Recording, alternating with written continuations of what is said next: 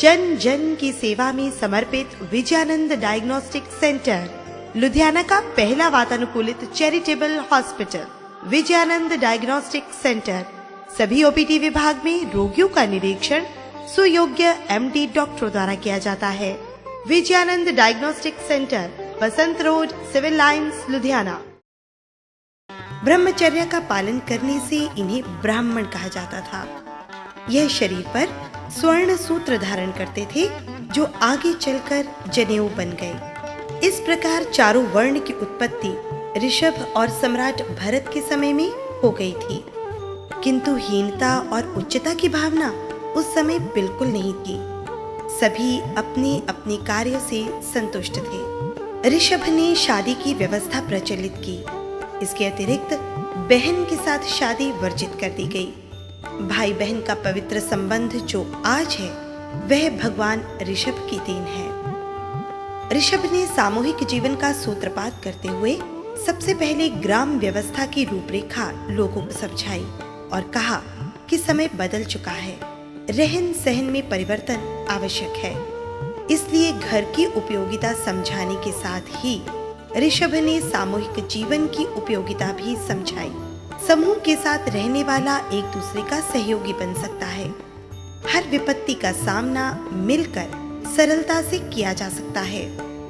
यह बात लोगों की समझ में आई और बड़ी संख्या में युगल जंगलों को छोड़कर ग्रामों में बस गए। सर्वप्रथम जो बस्ती बनी उसका नाम विनीता रखा गया। ऋषभ ने अपना निवास स्थान वहीं बनाया। भारत की प्रथम राजधानी होने का गौरव भी इसे ही प्राप्त हुआ और इसे ही आगे चलकर अयोध्या के नाम से पुकारा जाने लगा।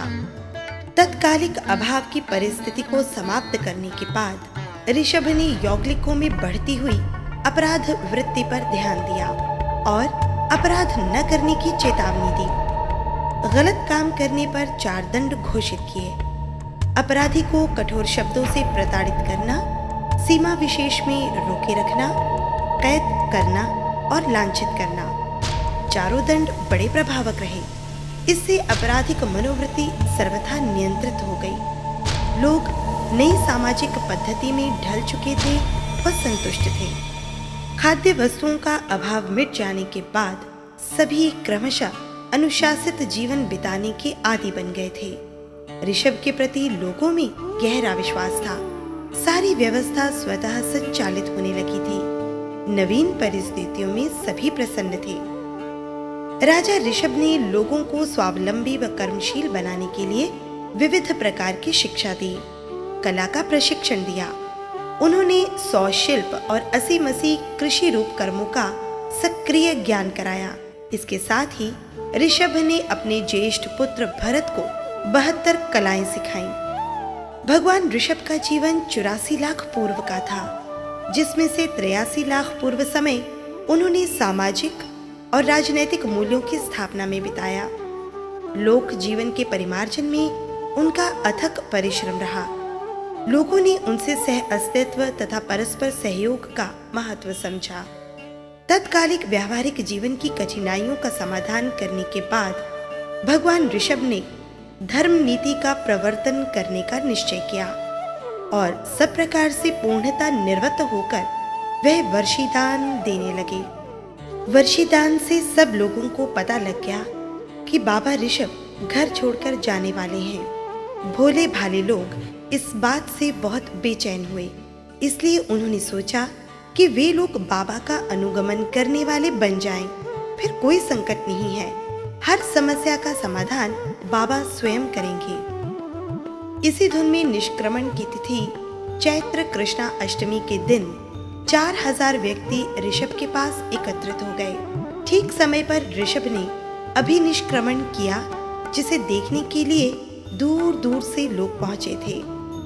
साधना के प्रति सभी को अज्ञात विस्मय हो रहा था। 64 इंद्रों के साथ हजारों देव भी उत्सव में सम्मिलित हुए।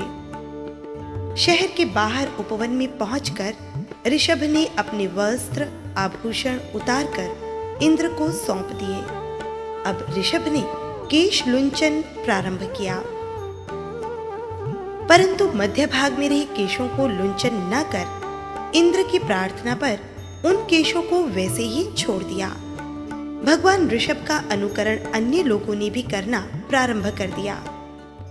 संभवतः चोटी की परंपरा वहीं से चल पड़ी। ऋषभ की दीक्षा के साथ 4000 व्यक्ति दीक्षित हुए, किंतु ऋषभ की छदमस्त अवस्था की मौन से सब निराश हो गए थे। दीक्षा के साथ ही ऋषभ के पूर्वार्जित अंतराय कर्म का विपाक उदय हो गया था। लोग भिक्षा विधि से अपरिचित थे। ऋषभ के प्रति अपार श्रद्धा रखते हुए भी आहार पानी के लिए किसी ने नहीं कहा। शुद्ध आहार के अभाव में ऋषभ को बिना खाए पिए 12 मास बीत गए। भिक्षा के समय वे भिक्षा की गवेषणा करते, शेष समय ध्यानस्थ बने रहते। विचरते विचरते वे हस्तिनापुर पधारे। वैशाख शुक्ला तृतीया के दिन उनके प्रपौत्र श्रेयांस कुमार ने ऋषभ के चरणों में विधिवत वंदना कर आहार के लिए प्रार्थना की। भगवान ने राजमहल में प्रवेश किया। श्रेयांस कुमार तत्काल भीतर गए और उल्लसित भावना से शुद्ध इक्षु रस का दान दिया। इस प्रकार इक्षु रस से भगवान का पारणा हुआ। दान की महिमा व विधि से लोग परिचित हुए। प्रथम भिक्षुक ऋषभ और प्रथम दाता श्रेयांस कुमार कहलाए। इक्षु रस के दान से वैशाख शुक्ला तृतीया का दिन अक्षय तृतीया के नाम से जाना जाने लगा। 1000 वर्ष तक ऋषि ऋषभ ने छद्मस्त अवस्था में साधना की। अनुकूल प्रतिकूल परिस्थितियों को सहन करते हुए वे दूर दूर तक आर्य जनपदों में विचरते रहे। विचरते विचरते वे पुरी मतालपुर पधारे। वहां उद्यान में वट वृक्ष के नीचे 3 दिन का तप अर्थात तेले की तपस्या में भागुन कृष्णा एकादशी के दिन प्रातःकाल प्रभु सर्वज्ञ बने। भगवान के केवल ज्ञान प्राप्ति महोत्सव पर 64 इंद्र एकत्रित हुए। लोग बहुत प्रसन्न हुए क्योंकि बाबा ऋषभ पिछले 1000 वर्षों से मौन थे। लोगों ने पहली बार भगवान से अध्यात्म के बारे में सुना। वे धार्मिक उपासना की विधि से परिचित हुए। अनेक व्यक्तियों ने अपने आप को धर्म की उपासना में समर्पित किया। उस समय सम्राट भरत को एक साथ 3 बधाइयां प्राप्त हुईं। आयुधशाला में अनायास ही चक्र रत्न पैदा होने का उन्हें संवाद मिला। दूसरी बधाई पुत्र रत्न के उत्पन्न होने की थी तथा तीसरी बधाई भगवान ऋषभ को केवल ज्ञान प्राप्ति की थी। यह तीनों बधाइयां साथ में प्राप्त हुई थीं। इसलिए सम्राट भरत ने निर्णय लिया कि पिता ऋषभ ने जिस लक्ष्य को लेकर अभिनिष्क्रमण किया था, मौन व्रत स्वीकार किया था, वह उन्हें प्राप्त हो चुका है। अतः उन्हें पहले पिता की सफलता की अभ्यर्थना करनी चाहिए। जब से माता मरुदेवा ने सुना कि ऋषभ अब बोलेंगे, लोगों से मिलेंगे, शिक्षा देंगे, जानकर वे पुलकित हो हाथी पर सवार उनसे मिलने चल पड़ी। जब उन्हें भगवान ऋषभ दृष्टिगत हुए तो वे सोचने लगी कि वे तो व्यर्थ ही चिंतातुर थीं। यहाँ तो आनंद ही आनंद है। ऋषभ दुखी नहीं, अत्यंत सुखी हैं। इसी ऊहापोह में उनका चिंतन त्याग की तरफ हो गया। धर्म ध्यान में बढ़ती हुई मरुदेवा माता ने भावों में चारित्र पा लिया और तुरंत क्षपक श्रेणी पर जा पहुंची। वे 13वें गुणस्थान को प्राप्त कर सर्वज्ञ बन गई और 14वें गुणस्थान में रहे अघाती कर्मों का भी क्षय करके उन्होंने सिद्धत्व प्राप्त कर लिया। तब भगवान ऋषभ ने फरमाया, मरुदेवा सिद्धा। इस अवसरपणी में सर्वप्रथम मोक्ष जाने वाली मरुदेवा माता ही है। भगवान के प्रथम प्रवचन में ही साधु साध्वी श्रावक तथा श्राविकाएं बन गई थी। चतुर्विध तीर्थ की स्थापना के बाद भगवान तीर्थंकर कहलाए। क्रमशः काफी लोग यथाशक्ति साधना में रत हुए। उस समय के युग को ऋजु अर्थात सरल जड़ कहा जाता था। भगवान ऋषभ ने अपने 98 पुत्रों से कहा, अब समय है सभी का पथ प्रदर्शन करने का। राज्य कभी स्थायी नहीं होते हैं, यह समय के साथ छूटने वाले हैं। मैं तुम्हें ऐसे राज्य का अधिपति होने का उपाय बताता हूँ जो प्राप्त होने के बाद कभी जाता नहीं। भगवान की युक्ति पुरस्सर वाणी से भरत के भाइयों को अवबोध मिला। सम्राट भरत के 98 भाइयों ने प्रभु के पास दीक्षा स्वीकार कर ली, परंतु सम्राट भरत और उनके भाई राजा बाहुबली में युद्ध छिड़ गया और बाहुबली के हाथों भरत को जबरदस्त पराजय मिली। अंततः दोनों भाइयों को भी केवल ज्ञान प्राप्त हो गया। सर्वज्ञता के बाद भगवान का जनपद विहार काफी लंबा हुआ था। अनार्य मानी जाने वाली भूमि का भी काफी हिस्सा भगवान के चरणों से स्पृष्ट हुआ था। लाखों सरल आत्मज्ञ व्यक्ति भगवान की शरण में आकर कल्याण के पथ पर अग्रसर बने थे। भगवान अपने जीवन का अवसान निकट समझकर 10,000 साधुओं के साथ अष्टापद पर्वत कैलाश पर चढ़े। अवसर्पणी के तीसरे आरे के 3 वर्ष 8.5 मास जब शेष रहे, तब 6 दिनों के अनशन अर्थात निराहार तप में अयोगी अवस्था पाकर शेष अघाती कर्मों का क्षय करके वे परिनिर्वाण को प्राप्त हुए। भगवान ऋषभ ने पर्यंकासन में सिद्धात्व को प्राप्त किया था। भगवान के निर्वाण का दिन माघ कृष्णा त्रयोदशी का था। भगवान का समग्र आयुष्य 84 लाख पूर्व का था।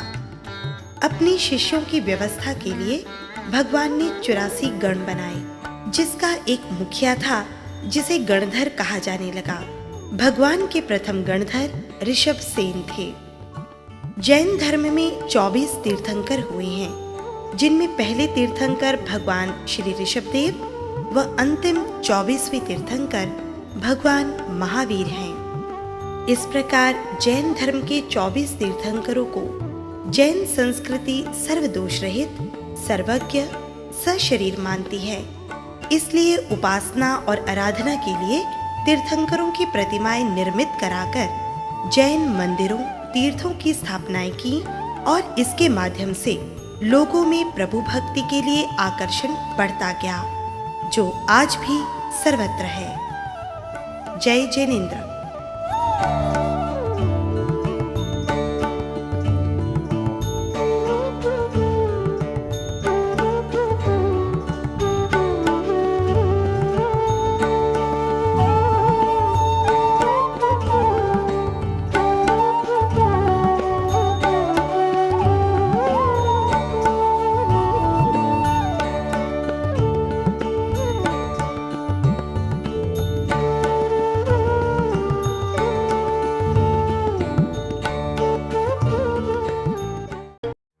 जन जन की सेवा में समर्पित विजयानंद डायग्नोस्टिक सेंटर, लुधियाना का पहला वातानुकूलित चैरिटेबल हॉस्पिटल।